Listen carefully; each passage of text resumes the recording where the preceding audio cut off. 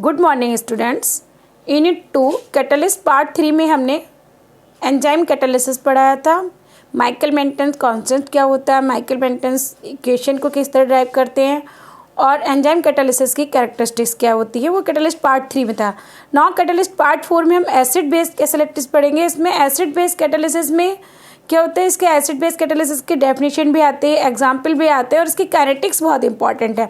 जैसे उसकी kinetics important है, ऐसे एसिड बेस कैटालिसिस की काइनेटिक्स का डेरिवेशन आता है और एग्जाम में उसकी केस स्टडी भी आती है। ठीक है, हम स्टार्ट करते हैं। कैसे तो some reactions are catalysed by acid और बेसिस, तो उनको हम क्या कहेंगे, एसिड बेस कैटालाइज्ड रिएक्शन।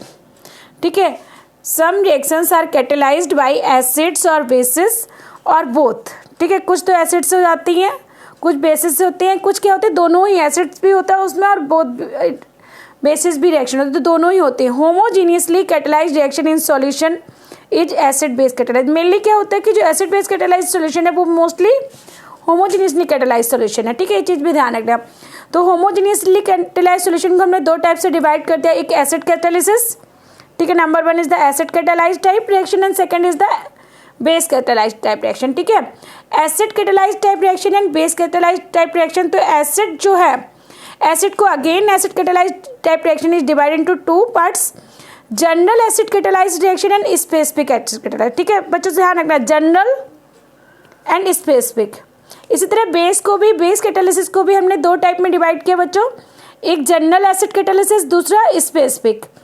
तो जनरल एसिड कैटालिसिस क्या होता है, जनरल मेनली ये होता है जैसे अगर हमारे पास एसिड में ब्रॉन्स्टेड एसिड है, आर्सेनियस एसिड है या लुईस एसिड है, तो जो एसिड की मेन क्या होता है, H+ डोनर को हम एसिड बोलते हैं।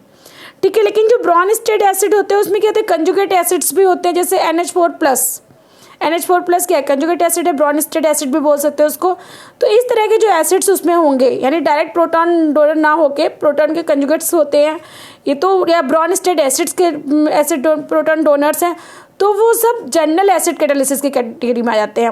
और स्पेसिफिक में वो आएंगे जिसमें डायरेक्ट H+ आयन बनाते हैं एक्वस सॉल्यूशन, वो स्पेसिफिक एसिड कैटालिसिस में आते हैं। ठीक है, इसी तरह जनरल बेस कैटालिसिस में जो OH आयन देते हैं डायरेक्ट, वो बेस कैटालिसिस में आएंगे, वो स्पेसिफिक में आ जाएंगे। और जनरल में वो आएंगे जो OH आयन भी और ब्रॉन्स्टेड बेसिस भी। ब्रॉन्स्टेड बेसिस मतलब जैसे NH3 है, NH3 बेस है तो उसने H+ आयन ले लेगा, सपोज तो NH4+ बन गया तो क्या है, कंजुगेट एसिड हो गया।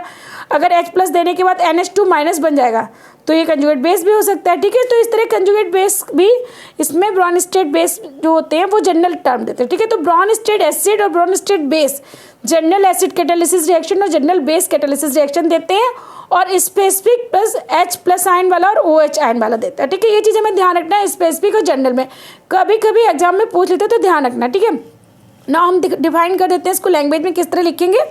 General acid catalysis, in this type the rate is not only depend upon the H+ ion but also depend upon the unassociated acid। ठीक है, unassociated dissociated acid जो होंगे, ठीक है, उन पे भी डिपेंड करेगी, और कैटायंस ऑफ वीक बेसिस उस पर भी डिपेंड करेगी।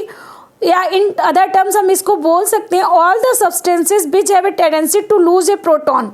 जैसे ब्रॉन्स्टेड एसिड भी लूज ए प्रोटॉन की टेंडेंसी रखते हैं, तो उसको हम क्या बोल देंगे, जनरल एसिड कैटालाइज्ड रिएक्शन। ठीक है, can function as catalyst, so rate is involving in all proton donors present in the system. ठीक है, तो हमारी रेट किस पे डिपेंड हो जाएगी, सारे प्रोटॉन डोनर्स पे जो सिस्टम में प्रेजेंट है, तो उनको हम क्या बोलेंगे, जनरल एसिड कैटालाइज्ड रिएक्शन। ठीक है बच्चों, ध्यान रखना। तो जनरल का मीन्स कब हो गया, जब ब्रॉन्स्टेड एसिड की बात करेंगे। फॉर एग्जाम्पल, अगर हम एग्जाम्पल की बात करते हैं, ये CH3COCH3 है, ये क्या है, ईथर दिया है, CH3COCH3 सॉरी, ये कीटोन है, प्रोपेनॉन या एसीटोन इसको बोलते हैं। तो इसकी रिएक्शन हमने आयोडीन के साथ कराई, तो iodination of acetone catalysed by, iodination of acetone, iodination कर देंगे इसको तो आई यहाँ पे जुड़ जाएगा।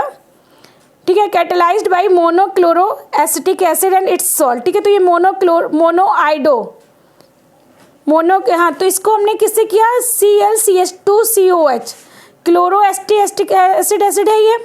ठीक है, तो मोनोक्लोरो एस्टिक एसिड और उसका सॉल्ट सॉल्यूशन से हमने इसको एसिडिफाइड किया, तो इसका आयोडीन इसके साथ में ऐड हो जाएगा और HI निकल जाएगा। ठीक है बच्चों, तो हमें इस तरह ध्यान रखना है, ये जनरल एसिड कैटालाइज्ड रिएक्शन है। Now come to the specific acid catalysis. ठीक है, तो स्पेसिफिक एसिड कैटालिसिस ये ज़्यादा इंपॉर्टेंट है जनरल से, क्योंकि इसमें मेनली प्रोटॉन डोनर पे ही हम वर्क करते हैं। ठीक है, स्पेसिफिकली प्रोटॉन कैटालाइज्ड रिएक्शन है। ठीक है, are reaction which is catalysed by H+ ion और H3O+ आयन। H+ आयन को प्रोटॉन बोलते हैं और H3O+ आयन को हम हाइड्रोनियम आयन बोलते हैं। बच्चों ध्यान रखना है, H3O+ आयन को क्या बोलते हैं हम? Hydronium ion only, but not only other protons donor as Bronsted bases. ठीक है, तो ब्रोंस्टेड एसिड की तरह इस पर वर्क नहीं करेगा, ये ओनली H+ आयन और H3O+ आयन पर ही वर्क करता है। फॉर एग्जाम्पल, इसमें फर्स्ट एग्जाम्पल है inversion of cane sugar in the presence of acid as a catalyst. तो सुक्रोज, केन शुगर का जो हम केमिकल फॉर्मूला है वो क्या है? सुक्रोज, C12H22O11 डाइसेक्राइड है। इसको हम ब्रेक डाउन करेंगे, H2 के प्रेजेंस में हाइड्रोलिसिस करेंगे और ये H+ क्या है? कैटलिस्ट है, एसिड। ठीक है, कैटलिस्ट की एसिड कैटलाइज्ड रिएक्शन हो गई, तो यहाँ पे ग्लूकोज प्लस फ्रक्टोज में ये ब्रेक डाउन हो जाता है, ग्लूकोज एंड फ्रक्टोज में ये कन्वर्ट हो जाता है। तो ये inversion of cane sugar in the presence of acid as a catalysed कैसी रिएक्शन हो गई? Specific acid catalysed reaction. ठीक है, तो H+ आयन जो स्पेसिफिक एसिड से यहाँ पर मिला है इसको। नेक्स्ट है कीटोइनॉल। कीटोइनॉल, एक में कीटोल बनेगा, एक में इन एंड ऑल। ठीक है, in and all, double bond भी है और फंक्शनल ग्रुप हाइड्रोक्साइल ग्रुप भी है। कीटोइनॉल ट्रांसफॉर्मेशन जो करेंगे तो कीटो फॉर्म देखो ये बच्चों CH3C डबल बॉन्ड O। ठीक है, ये यहाँ पे क्या है? कीटो फॉर्म है। ठीक है, इस कीटो फॉर्म का ट्रांसफॉर्मेशन करेंगे तो यहाँ पे क्या है?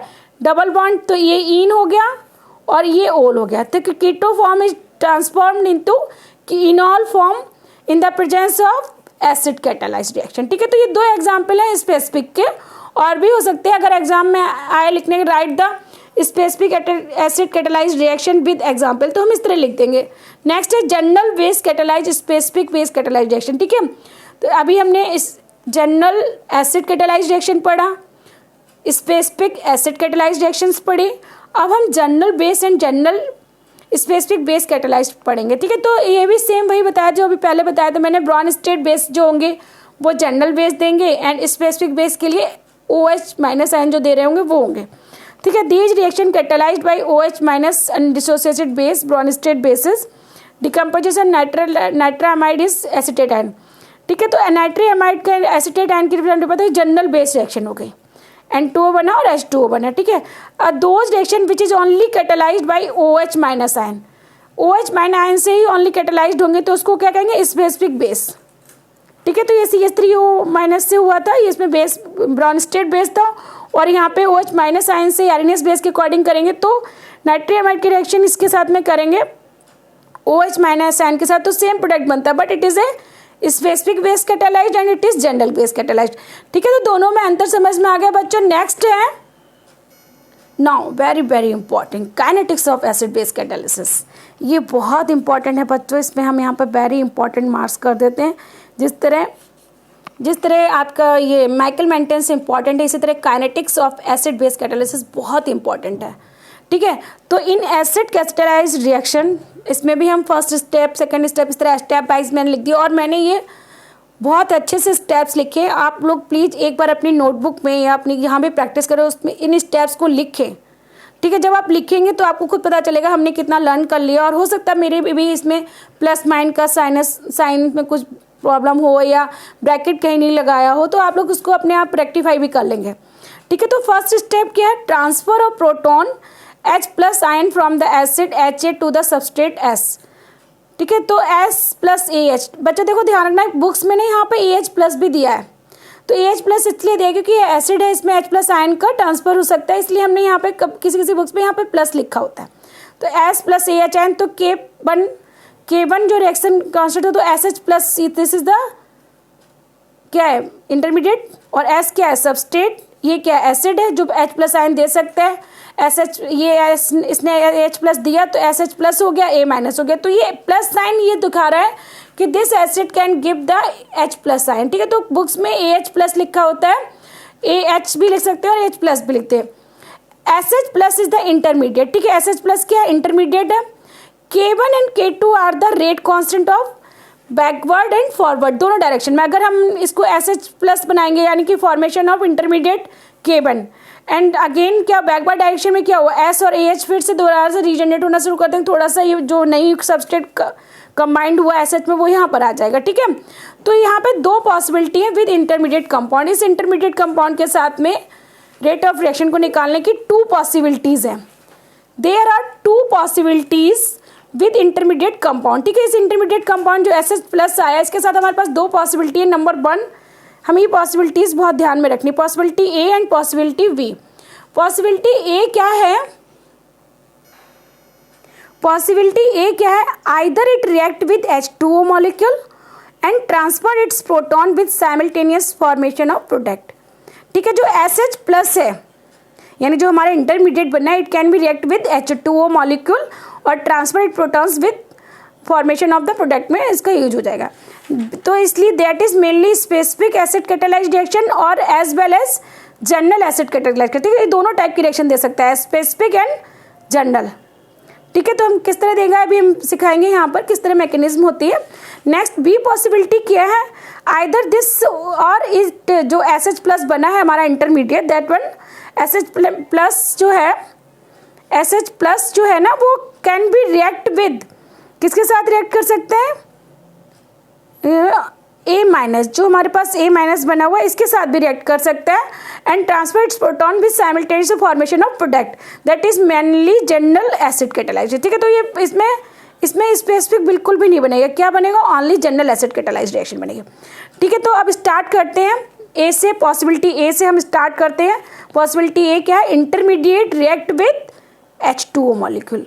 अब बच्चों काइनेटिक्स को बहुत ध्यान से ध्यान, ठीक है, एस सबस्ट्रेट AH लिख सकते हैं और AH प्लस भी लिख सकते हैं, कोई कंफ्यूजन नहीं, आप AH भी लिख सकते हो और AH प्लस भी लिख सकते हो, तुम्हारी मर्जी, कुछ भी लिख सकते हो। ठीक है, क्योंकि मैंने बताया ये H प्लस साइन का मतलब ये है, ये this acid can donate the H plus ion. ठीक है, इसका मतलब इसके ऊपर चार्ज नहीं चढ़ा हुआ, ये दे सकता है। तो K1 करने पे SH प्लस A माइनस, तो ये जो स्टेप है फास्ट स्टेप होता है, जो इंटरमीडिएट फॉर्मेशन स्टेप है। फर्स्ट स्टेप क्या है, step one is the intermediate formation step.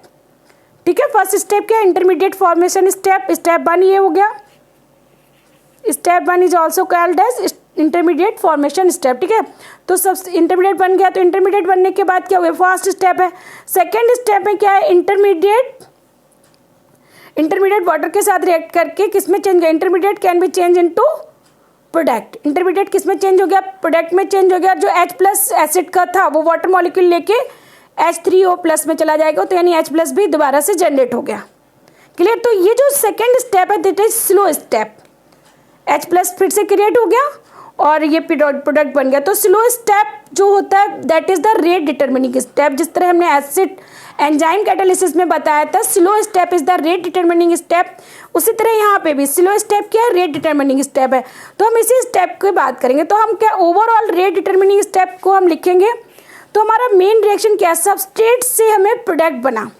Overall reaction क्या है, substrate is consumed and product is formed with the help of, तो बीच में एक स्टेप क्या आया, इंटरमीडिएट स्टेप आया SH प्लस, बीच में क्या आया, इंटरमीडिएट स्टेप आया SH plus.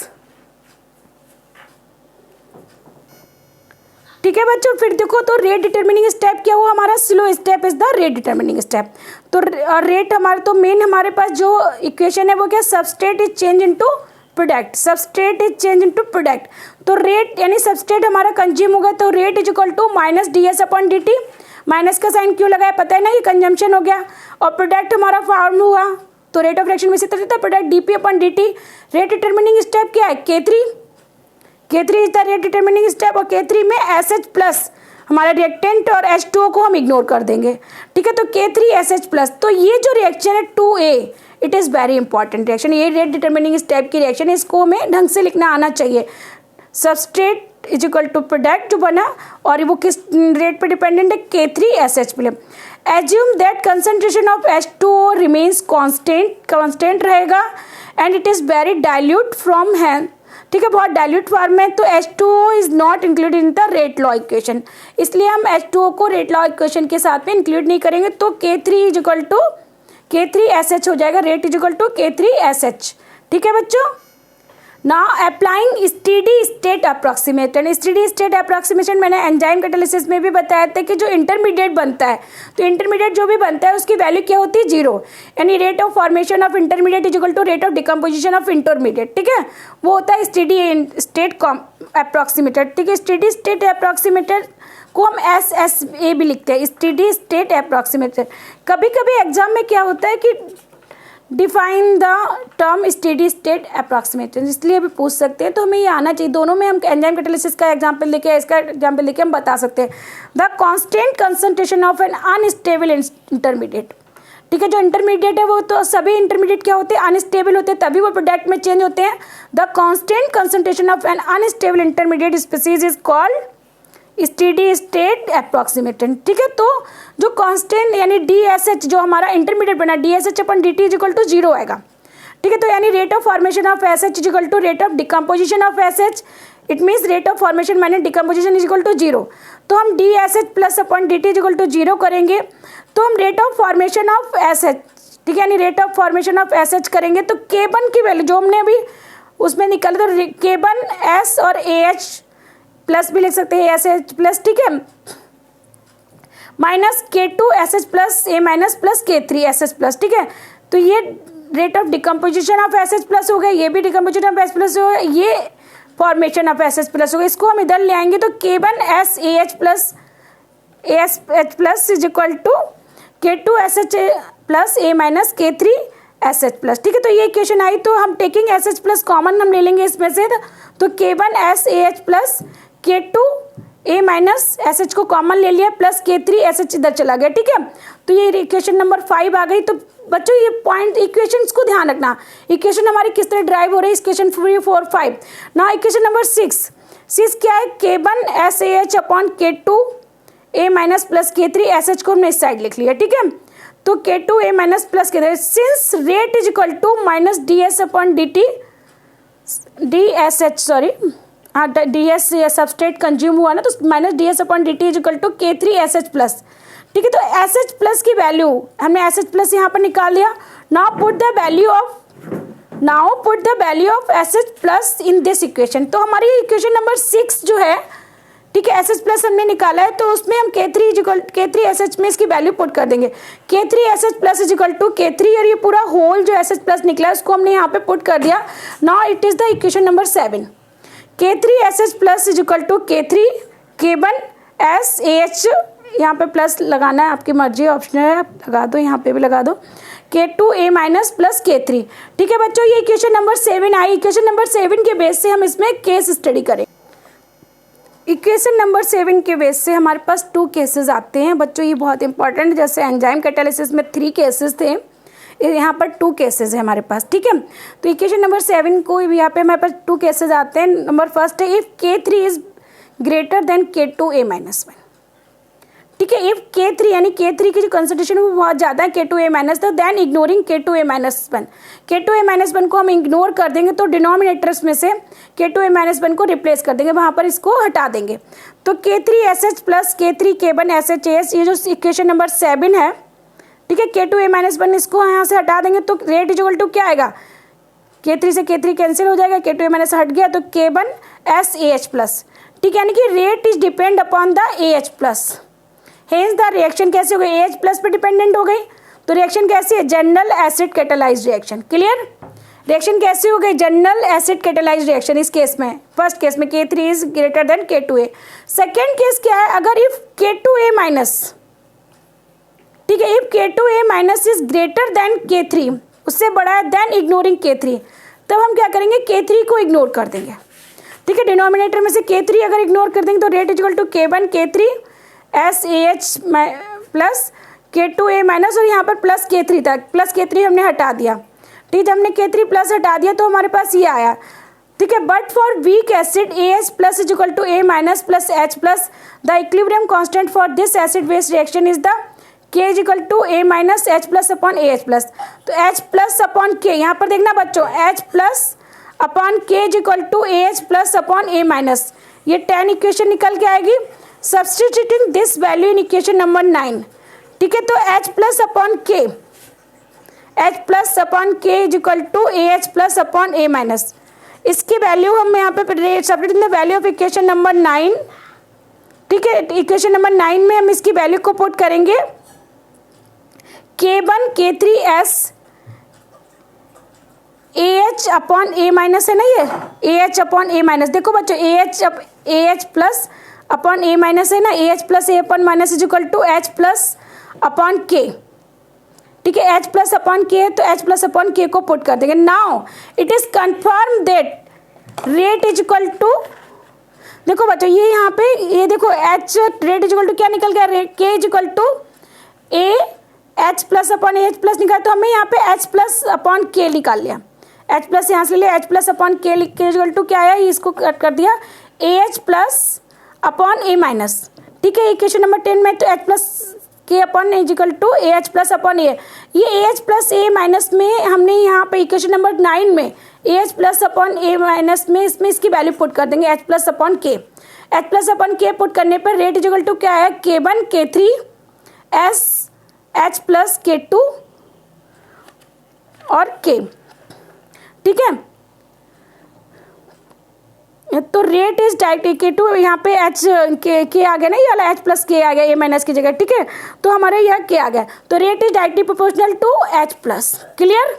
Rate is directly proportional to H plus आ गया, it is specific hydrogen catalysed reaction. तो इस केस में कैसे हो गई, स्पेसिफिक हाइड्रोजन कैसे हो गई, ठीक है। तो ये स्पेसिफिक का केस है बच्चों, ध्यान रखना। स्पेसिफिक में H प्लस पे direct rate is directly proportional to H plus ion आएगा, ठीक है। फॉर वीक एसिड इस तरह हम निकाल लेंगे, और उसमें स्पेसिफिक जनरल में rate is directly proportional to AH plus आएगा, तो हमें ये चीज़ ध्यान रखनी है।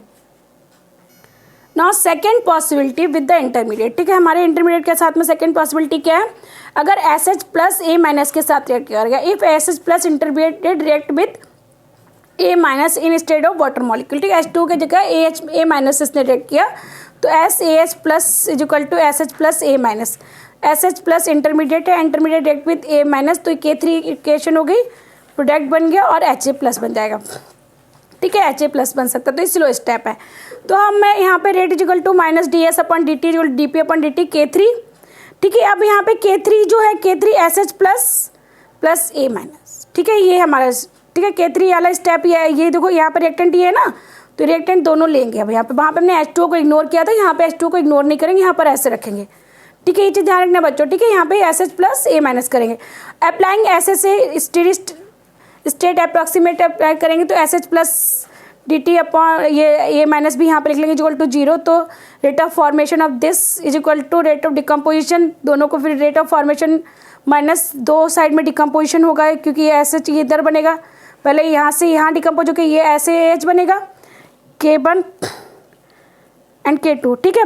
तो K1 K2 में डिकम्पोज होगा और K3 में भी डिकम्पोजिशन होगा, ठीक है। तो K2 और K3 के डिकम्पोजिशन को हम प्लस कर लेंगे K1 फॉर्मेशन में, तो formation is equal to decomposition कर देंगे, तो K1 SH AH plus is equal to K2 SH plus A minus K3 SH plus A minus, ये आएगा। फिर ओवरऑल हम इसको K1 AH plus is equal to K2 K3 SH plus A minus कर देंगे, ठीक है। इसके बाद SH प्लस इस इंटरमीडिएट को इधर ले आएंगे और K1 AH plus upon K2 plus K3 आएगा।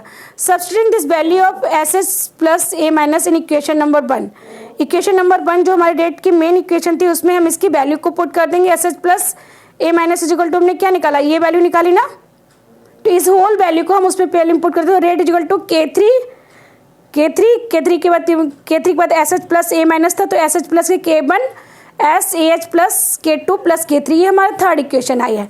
अब थर्ड इक्वेशन जो आई है तो इसमें हमने फर्स्ट इक्वेशन हमने इसकी वैल्यू पुट कर दी, तो क्या है K3 K1, फर्स्ट इक्वेशन क्या थी, ये थी rate is equal to K3 SH plus A minus, ठीक है। तो rate is equal to K3 SH plus A minus की हमने K1 SH plus A minus is equal to क्या है K1 SAH plus upon K2 plus K3, इसको पूरा को पुट कर दिया, तो equation number 3 I.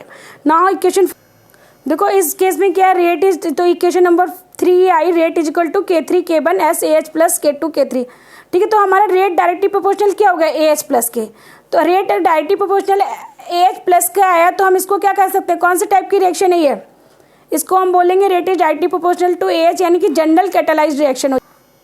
In this case rate is directly proportional to AH plus, ठीक है। So it is general acid catalysed reaction. तो हमें ध्यान रखना है कि किस तरह rate is directly proportional to AH plus then it is general acid catalysed reaction. If rate is directly proportional to H plus then it is specific catalysed reaction. तो हमें किस तरह निकालना है ये हम लोग को देखना है। Examples of acid base catalysis specific acid catalysed reaction के एग्जाम्पल्स हमें एक दो आने चाहिए, क्योंकि एग्जाम में लिखने को आते हैं, विद मैकेनिज्म भी पूछते हैं। तो for example hydrolysis of ester, ester को हाइड्रोलिसिस करते हैं तो एल्कोहल प्लस एसिड बनता है, क्लियर है ना। RCOR को हमने यहाँ पे H2O कर देंगे तो एक के साथ OH जुड़ जाएगा, एक के साथ H जुड़ेगा तो ROH, जैसे इधर OH जुड़ जाएगा तो इधर H जुड़ जाएगा तो ROH बन जाएगा और ये RCOH बन जाएगा, to convert into ROH and RCOH। तो हाइड्रोलिसिस पे करने पे तो हाइड्रोलिसिस करेंगे तो H3O प्लस कहाँ से आया, एसिड के H प्लस से यहाँ पे एसिड कैटालाइज्ड रिएक्शन हो गई तो H3O प्लस हो गया। K1 K2 सेम वैसे ही करेंगे, रिएक्शन फॉरवर्ड बैकवर्ड दोनों डायरेक्शन में। SH प्लस ये कंजुगेट की तरह है, कंजुगेट एसिड बन गया, ठीक है। ये कंजुगेट एसिड बनने के बाद इस स्टेप को हमने यहाँ पर लिख लिया। इसके बाद यहाँ पे क्या हुआ, ये OH आयन इधर जा सकता है, RCOH और नेगेटिव, ठीक है। तो यहाँ पे पॉजिटिव चार्ज आ गया। ये हाइड्रोलिसिस रिएक्शन क्या होता है, रिवर्सेबल रिएक्शन है। अब K1 K2 के बाद K3 में क्या होगा कि जो SH प्लस बना है, H2O जो है, H2O क्या करेगा, जो यहाँ पे पॉजिटिव चार्ज आ गया इसको अपने इलेक्ट्रॉन्स देके इसके साथ में अटैच हो जाएगा, OH2 प्लस बनेगा। OH2 प्लस बनने के बाद क्या होगा कि जो ये OH2 प्लस बनने के बाद ये OR निगेटिव है, H प्लस ये अलग ऑक्सीजन यहाँ पे H ले लेंगे तो ये OH बन जाएगा। इस तरह ये रिएक्शन में पॉजिटिव चार्ज आ जाएगा पूरे में, ठीक है बच्चों। ये ध्यान रखना है, यहाँ पे देखिए ऑक्सीजन ने इसको इस इलेक्ट्रॉन दिया यहाँ पर, ठीक है। तो H2O को यहाँ पे दिया तो OH पे पॉजिटिव आ गया। अब ये OH2 पॉजिटिव आ गया तो H2O को पॉजिटिव आने पे क्या करेगा, ये हाइड्रोजन अपना इलेक्ट्रॉन के साथ में यहाँ से R के साथ जुड़ जाएगा, OR-H आ जाएगा, ठीक है। OR-H आएगा तो क्या होगा, तुरंत ही ये OR- ROH के फॉर्म में यहाँ से अलग हो जाएगा, ठीक है। ROH निकल जाएगा तो ये यहाँ पे पूरे में यहाँ पे ROH अपने इलेक्ट्रॉन्स लेके निकलेगा ROH, इसलिए इस पे पूरे पे क्या आ जाएगा, पॉजिटिव चार्ज आएगा। तो ROH अल्कोहल अलग हो गया, इस पे पॉजिटिव चार्ज आएगा। जैसे पॉजिटिव चार्ज आएगा तो उस पॉजिटिव चार्ज को क्या होगा कि H प्लस निकलेगा तो ये इलेक्ट्रॉन यहाँ पे इस पॉजिटिव चार्ज को न्यूट्रलाइज कर देंगे तो ये एक एसिड बन जाएगा और ये H प्लस निकल जाएगा, ठीक है। इस तरह हमें ये चीज़ समझ लेनी है कि किस तरह के चार्ज का सेपरेशन हो रहा है, ये मैकेनिज्म ध्यान रखनी है। तो रेट इस केस में क्या होता है, rate is equal to K3 SH plus, हमारा इंटरमीडिएट SH प्लस है तो R is equal to K1, वही फॉर्मूला लगाएंगे, K1 K3 RCOR H plus K2 plus K3। Rate is first order kinetics क्योंकि in respect to ester as well as H plus, ठीक है। दोनों ester पे भी डिपेंडेंट और H प्लस पे भी डिपेंडेंट है। तो रेट कैसा हो गया हमारा, एक मिनट, तो रेट हमारा rate is equal to K3 SH plus, rate is equal to K1 K3 RCOR H plus. तो हमारे पास rate is first order kinetics है क्योंकि it will depend upon the ester as well as H plus, दोनों पे depend कर रहा है, ये फर्स्ट ऑर्डर काइनेटिक्स की रिएक्शन है। अब बच्चों हम स्पेसिफिक बेस कैटालाइज्ड की बात करते हैं। तो स्पेसिफिक बेस कैटालाइज्ड जो अल्कली के प्रेजेंट में होगा, ठीक है। हाइड्रोलिसिस ऑफ एस्टर, इसी एस्टर की हम हाइड्रोलिसिस करते हैं in the presence of alkali, NaOH या KOH के साथ में करके, but this is not a irreversible reaction, नहीं है ये कैसी, this is irreversible reaction, this is irreversible reaction, sorry, ठीक है। ये कैसा इरिवर्सिबल रिएक्शन है। Hydrolysis of ester depend upon the concentration of OH minus ion, hence it is specific base catalysed, क्योंकि मेनली किस पे, OH आयन पे depend होगी तो ये क्या होगी, स्पेसिफिक बेस। तो मैकेनिज्म देखेंगे, RCOR ये KOH से आया या NaOH से आया तो K1 और K2 कर देंगे। K1 K2 यहाँ पर इसलिए नहीं कर रहे क्योंकि मेनली जैसे ही इंटरमीडिएट फॉर्म होता है उसकी तुरंत ही H2O से रिएक्ट करके, जैसे OH माइनस है K करें तो RCOR, यहाँ के जो यहाँ पर जो इलेक्ट्रॉन्स जैसे ही ऊपर जाएंगे तो यहाँ पे पॉजिटिव चार्ज आ जाएगा, इलेक्ट्रॉन यहाँ पे जाएंगे, निगेटिव चार्ज आया तो यहाँ पे पॉजिटिव चार्ज आएगा तो ये यहाँ पे तुरंत ही यहाँ पे इसको एडिस्ट्रेट हो जाएगा। ये बनने के बाद ये जो मॉलिक्यूल है OH जो मॉलिक्यूल जो अपने इलेक्ट्रॉन्स के साथ में यहाँ पर निकलेगा तो ये इलेक्ट्रॉन्स यहाँ पे आके ROR करके निगेटिव चार्ज में रहते तो ROH यहाँ से निकल जाएगा तो ये इलेक्ट्रॉन्स H2O के फॉर्म में निकलेगा OH, तो ये इलेक्ट्रॉन्स यहाँ पे सेटिस्फाइड होकर निगेटिव चार्ज दे देंगे। अब उसके बाद क्या होगा, ये निगेटिव चार्ज H2O के साथ मिलेगा तो COOH एक OH प्लस यहाँ पर आ जाएगा, कंबाइन कर लेगा तो RCOOH बन जाएगा और OH एज ए कैटलिस्ट फिर से रीजनरेट हो जाएगा, ठीक है। तो thus the rate of reaction depends upon the concentration of ester as well as hydroxide, तो इसको भी हम क्या कहेंगे, फर्स्ट ऑर्डर काइनेटिक्स रिएक्शन है। स्पेसिफिक के बाद हम जनरल की बात करते हैं, तो जनरल में दोनों ही केसेस हो सकते हैं। तो ठीक है, तो ब्रोंस्टेड एसिड के साथ में होगा या कंजुगेट एसिड होगा। तो halogenation of ketone is catalysed by both acid as well as base. ठीक है, दोनों के साथ में हेलोजिनेशन की रिएक्शन हो सकती है, जनरल एसिड कैटालाइज भी और बेस कैटालाइज। ठीक है, तो हेलोजिनेशन करेंगे एसीटोन की, तो एसीटोन की हेलोजिनेशन करने पे CH3COH H करेंगे तो ये H+ यहाँ पर अटैच हो गया। ठीक है, तो ये फास्ट रिएक्शन हो गई। सेम वैसे ही है, तो ये फास्ट रिएक्शन होने के बाद सेकेंड जो रेट डिटरमिनिंग स्टेप होता है वो स्लो वाला होता है। तो अब इसमें क्या है, एक हाइड्रोजन यहाँ से एब्स्ट्रैक्ट हो जाएगा, A- एक हाइड्रोजन को एब्स्ट्रैक्ट कर लेगा और ये इलेक्ट्रॉन यहाँ पर आकर डबल बॉन्ड बना लेगा, और जैसे ही हाइड्रोजन और ये OH अपना यहाँ पे इलेक्ट्रॉन्स को इसके करके न्यूट्रलाइज कर देगा इधर। ठीक है, तो यहाँ पे CH2 डबल बॉन्ड आ जाएगा, क्योंकि इसको हाइड्रोजन को इसने एब्स्ट्रैक्ट कर लिया, तो इसके इलेक्ट्रॉन यहाँ पर आएगा, वो यहाँ पर आए और इसके इलेक्ट्रॉन ने इसको न्यूट्रलाइज कर दिया। तो ये यहाँ पे इस तरह इनऑल बन गया। क्या बन गया? इनऑल। ठीक है, अब ये इनऑल प्लस X2 के साथ में रिएक्शन होगा, तो इनऑल प्लस H2 करेंगे तो क्या करेंगे, ये COH है ना, CH2X, तो ये वाला जो यहाँ पे X- के साथ रिएक्ट जाएगा, इसके इलेक्ट्रॉन्स ये OH+ पे आ जाएगा। ठीक है, ये जो OH+ आ जाएगा यहाँ पर, इसके जो इलेक्ट्रॉन्स हैं, ये जो OH के इलेक्ट्रॉन्स हैं, ऑक्सीजन के पास अपने जो इलेक्ट्रॉन्स होते हैं वो यहाँ पर देगा, और ये इलेक्ट्रॉन्स यहाँ पे आएंगे, ये इलेक्ट्रॉन यहाँ पे आके X के साथ में रिएक्ट कर लेंगे, X+ ले लेंगे। ठीक है, तो इसलिए X- निकल जाएगा। ये तो फास्ट रिएक्शन है। इस तरह यहाँ पे ये OH+ होने पर X- के साथ में फिर से हम रिएक्ट कराएंगे, तो CH2X ये जो OH+ है, तो ये X- जो है वो H+ को लेगा, तो इसके इलेक्ट्रॉन्स जो ये H+ लेगा, तो इसके इलेक्ट्रॉन्स यहाँ पे इसको न्यूट्रलाइज कर देंगे, तो साइन हट जाएगा, तो CH3CO CH2X बन जाएगा और फास्ट HX, ये फास्ट रिएक्शन हो जाएगी। ठीक है, तो हमें इस तरह रिएक्शन करनी है। ये फास्ट है तो ये स्लो रिएक्शन हो जाएगी। ठीक है, जनरल बेस कैटालाइज्ड रिएक्शन में अगर हम बेस के साथ रिएक्ट करेंगे तो Hb बनेगा, CH3CO, इसमें टोटल माइनस चार्ज आएगा, माइनस चार्ज होने पे X2 के साथ अगर रिएक्ट करेंगे तो टोटल पे माइनस चार्ज है। ठीक है, तो CH2 यहाँ पर आके ये जो इलेक्ट्रॉन है इधर चले जाएंगे, इस डबल बॉन्ड के पास में यहाँ पे X+ जो आएगा वो जुड़ जाएगा, CH2X हो जाएगा और X- रह जाएगा। तो rate equal to K CH3, इस तरह हमारा rate equal to K acetone and base दोनों पे डिपेंडेंट हो गई, तो रेट हम निकाल सकते हैं। थैंक यू बच्चोों, ये हमारा general acid and general base catalysed reaction है। एग्जाम में कभी कभी इसके एग्जाम्पल्स पूछते हैं, मतलब पूछते हैं तो 5-10% तो पूछ लेते हैं, इसलिए कुछ एग्जाम्पल्स हमें ध्यान रखने हैं और उसके अकॉर्डिंग हमें लिखना है, और जो मैकेनिज्म है वो बहुत इंपॉर्टेंट है, उसको ढंग से 1-2 बार लिख के स्टेप्स से हम लिखेंगे तो सब समझ में आएगा। थैंक यू बच्चों, have a nice day. Channel को देखते रहिए, सब्सक्राइब करिए, कोई भी डाउट हो तो क्वेरी बॉक्स में लिख दीजिए, और मैकेनिज्म वगैरह को थोड़ा बहुत प्रैक्टिस करिए। ये आपके मतलब आता है, रेयर आता है, 5-10% ही आता है। थैंक यू बच्चों, good luck, best wishes for your exam.